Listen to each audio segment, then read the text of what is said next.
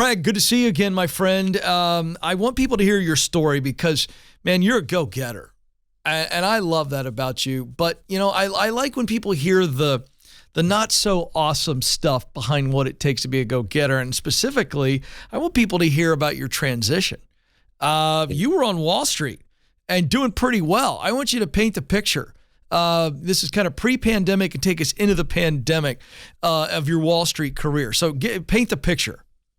Yeah. So when you say doing, first of all, I'm glad to be here. Love you so much. And we're going to get nuts right now. In regards to doing well, it's all relative, right? Like it's true. I was making some money on Wall Street, but as I learned through life experience, making money doesn't necessarily equal success. If you ask me now at this season of my life, how happy you are, how big of an impact you make is the key to success, right? So let's rewind a little bit. A couple of years back, I was on Wall Street. I was doing the stock thing for a while, lucrative.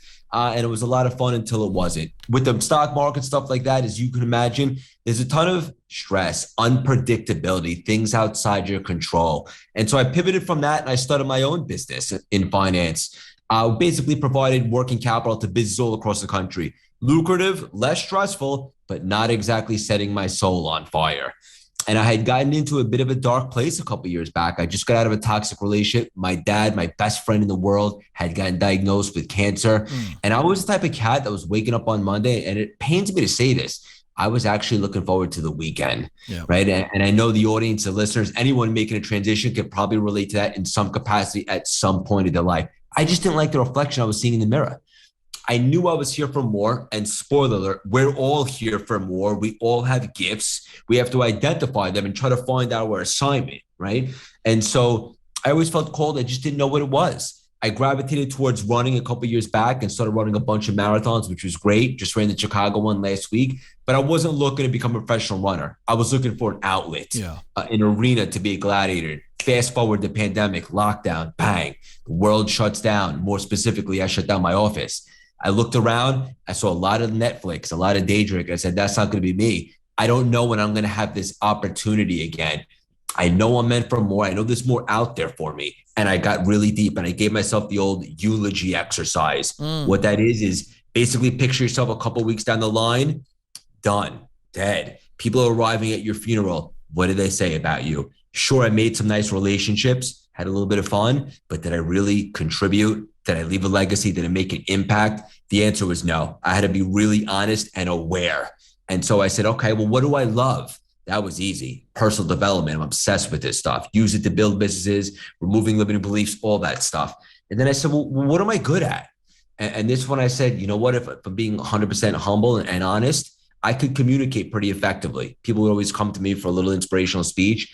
And so I said, maybe we're onto something. I married those two concepts. I said, I don't want to be the next Tony Robbins. I want to be the first Craig Siegel. I don't know if this thing's 100% going to work, but I'm going to think big. But the most painful thing that I could do in the world right now that I have a little bit of clarity, is to not take that shot and go back and make the choice of being miserable. So I took the shot. Everything started to align, and the brand has exploded in the last 2 years. That's awesome. All right. So that's a good overview. Let's go back. Okay. Yes. So you go from Wall Street to your own finance firm. And then the pandemic hits and boom, you just kind of laid out for us the decision you made. Now, and I don't know what your exact thought process was, but I'm curious. Did at some point, once you had the clarity that, hey, I want to go do something completely different, something that I've never done before, did you have some fear? Did you have some doubt? And if you did, what did it look like and sound like? I had a little bit of imposter syndrome for a moment. And I think the biggest reason, well, two reasons why. Number one is I knew when I was going to start CLS, Cultivate Lasting Symphony, or Plan My Initials, Craig Lynn and Siegel, that this was an arena I never tapped into, the online business space, putting myself out there. And this might surprise you, Ken, but I'm a bit of an introvert. Right. At the time, I had 300 Instagram followers. I wasn't really out there. Yes, it was scary. There's no guarantee it was going to work.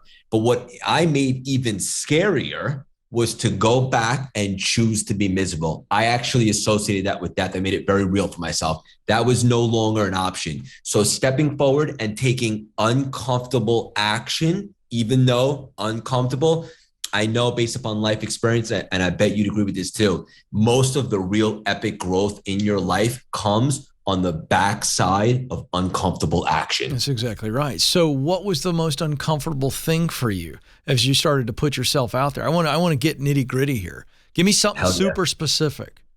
Look, I believe that if you're not embarrassed of where you were a year ago, you're not growing. Yeah. Right. So if you go to my social media accounts and look, when we first started about 2 years ago, you'll see some of the content when I first showed up for the first time for the world, telling everybody who I am, what I'm going to start doing. I think just putting myself out there, right? And now we're speaking on stages all across the country, some of the biggest motivation speakers in the world. You know, this wasn't supernatural to me. It's a skill set that I had to embrace and get better at. But I think to answer your question, in a nutshell, just showing up, right? Like it being an influencer and putting yourself out there.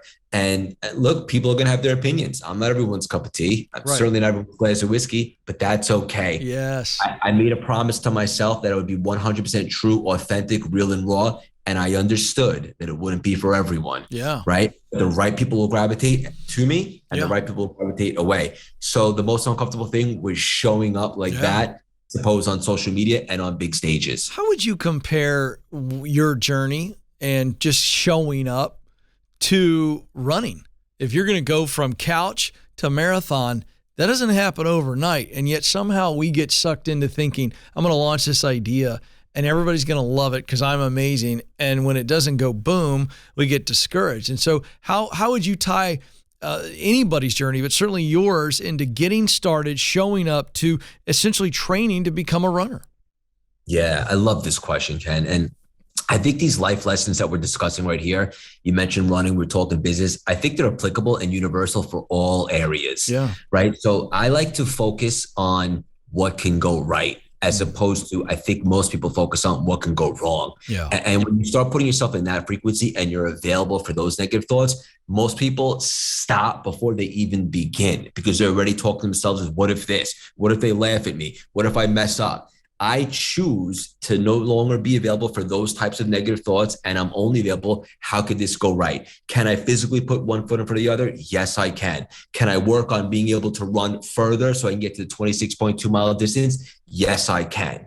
Right. So I just like to focus on that and what I can do to level up and show up as the best version of me. And I purposely minimize any of those outside negative thoughts. Interesting. Now, how did you react, and what could you teach us from maybe what you did right, what you did wrong when you launched the online business? Because this is a really great example for a large portion of my audience that may want to do a side hustle, or they eventually want to transition from day job to dream job.